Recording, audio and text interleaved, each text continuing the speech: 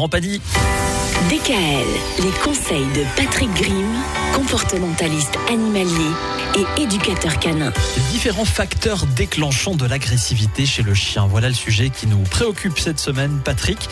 On va parler aujourd'hui des manipulations avec le chien.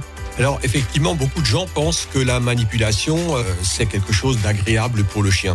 Or, il y a des chiens qui, malheureusement, comme des chats, ne supportent pas trop le harcèlement, on va dire, gestuel qu'on a envers eux. C'est-à-dire quand on les prend dans les bras ? Oui, quand on les manipule de trop surtout.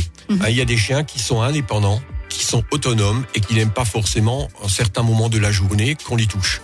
Et on a tendance, nous, à vouloir, on est peut-être un peu égoïste de ce côté-là, parce que nous, on a besoin de câlins aussi, ou du moins d'être un peu rassuré par rapport à notre quotidien et ainsi de suite.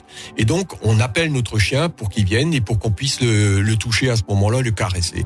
Or, il y a des chiens qui, surtout un peu, tout ce qui est un peu nordique, ou des chiens qui sont indépendants, qui gardent des troupeaux tout seuls, comme les grands chiens, comme les patous et autres, sont des chiens très autonomes. Et donc, eux, ils n'ont pas besoin de ce contact humain trop fréquent, ou du moins, ils n'aiment pas trop qu'on les câline. Et est-ce qu'il y a un comportement précis du chien qui nous montre effectivement que là, il faut s'arrêter ? Alors effectivement, mais le chien, il est très tolérant de ce côté-là et on se rend pas souvent compte de la limite. C'est-à-dire qu'on a tendance à aller trop au-delà de cette limite.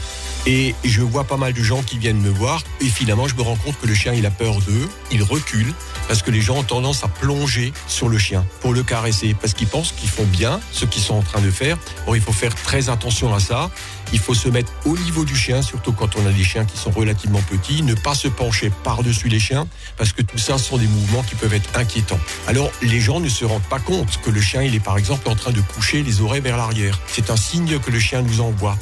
Le chien qu'on veut embrasser, du style, on le prend autour du cou, on veut l'enserrer pour lui faire des câlins. Il y a énormément de chiens qui n'aiment pas ça du tout.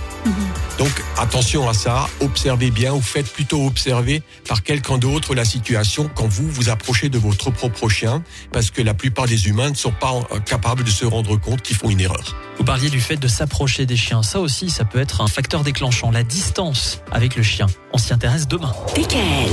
Retrouvez l'ensemble des conseils de DKL sur notre site internet et l'ensemble des plateformes de podcast.